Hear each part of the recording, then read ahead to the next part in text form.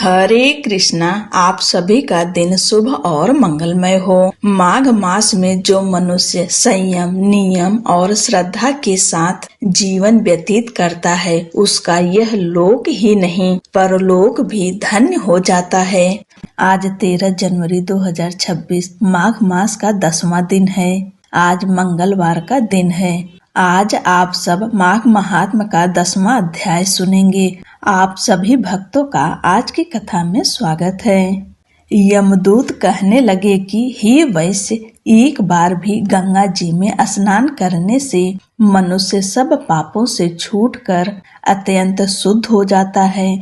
जो मनुष्य गंगा जी को दूसरे तीर्थों के समान समझता है वह अवश्य नरक में जाता है।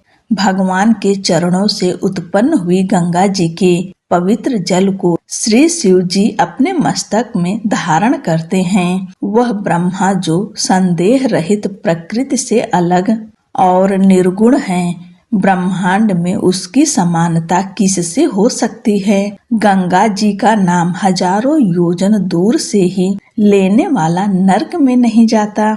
इसलिए मनुष्य को अवश्य में गंगा जी में स्नान करना चाहिए। हे वैश्य, जो ब्राह्मण दान लेने का अधिकारी होकर भी दान नहीं लेता वह आकाश के नक्षत्रों में चंद्रमा के समान है। जो कीचड़ से गौ को निकालता है, जो रोगी की रक्षा करता है या जो गौशाला में मरता है वह आकाश में तारा होता है। प्राणायाम करने वाले मनुष्य सदैव उत्तम गति को प्राप्त होते हैं। प्रातः के समय स्नान के पश्चात जो 16 प्राणायाम करते हैं वह घोर पापों से बच जाते हैं। जो पराई स्त्री को माता समान मानते हैं वह यम की यातना को नहीं भोगते। जो मन में भी कभी पर स्त्री का चिंतन नहीं करता वह दोनों लोगों को अपने अधीन करता है। जो पराये धन को मिट्टी के समान समझता है वह स्वर्ग में जाता है। जिसने क्रोध को जीत लिया मानो उसने स्वर्ग को ही जीत लिया है।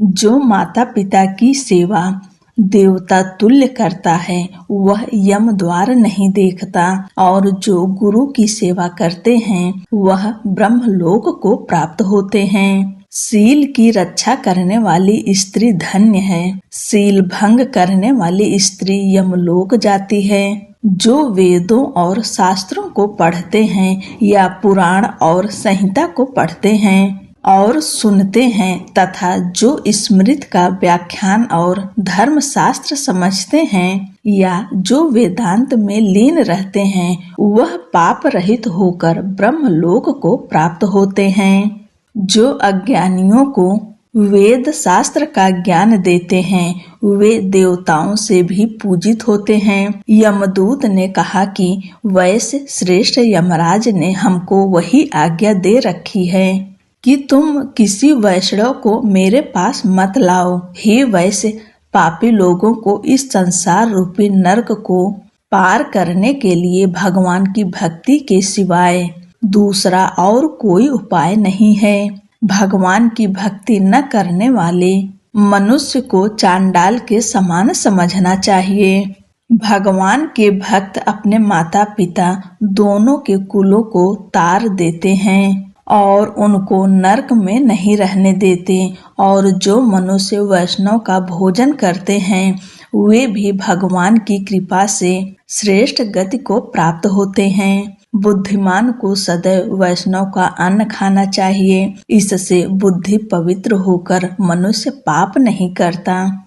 गोविंदाय नमः इस मंत्र का जाप करता हुआ जो मनुष्य मृत्यु को प्राप्त होता है वह परम धाम को प्राप्त होता है। इसमें कोई संदेह नहीं है। जो ओम नमः भगवते वासुदेवाय या ओम नमो नारायणाय अष्टाक्षर मंत्र का जाप करता है उसके ब्रह्म हत्या इत्यादि बड़े पाप नष्ट हो जाते हैं। 10वां अध्याय यहीं पर समाप्त होता है। 11वां अध्याय आप सब अगले दिन सुनेंगे। तब तक के लिए जय श्री कृष्ण, राधे राधे।